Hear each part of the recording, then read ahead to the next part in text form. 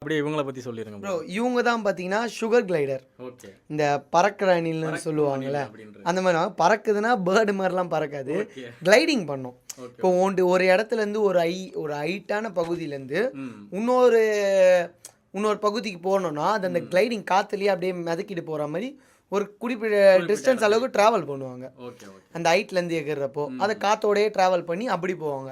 அதனால தான் இவங்களுக்கு தமிழில் அந்த பேர் வந்தது. ஓகே. இப்போ இங்கிலீஷில் பார்த்தா சுகர் கிளைடர். ம். இவங்கள பார்த்தீங்கன்னா செம்ம ஃப்ரெண்ட்லி ப்ரோ.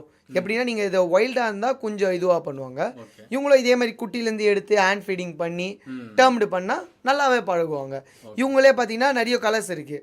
இப்போ இது பேசிக் இது பார்த்தீங்கன்னா இதுலேயே பார்த்தீங்கன்னா லூசின் ஒயிட் இருக்குது. ஓகே. அதுக்கப்புறம் இதில் பார்த்தீங்கன்னா பிளாட்டினம் இருக்குது, அப்படியே பைடு இருக்குது.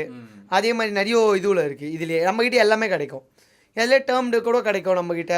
அதுக்கப்புறம் வைல்டு வேணால் வைல்டு ப்ரீடிங் பேர் இருக்குது.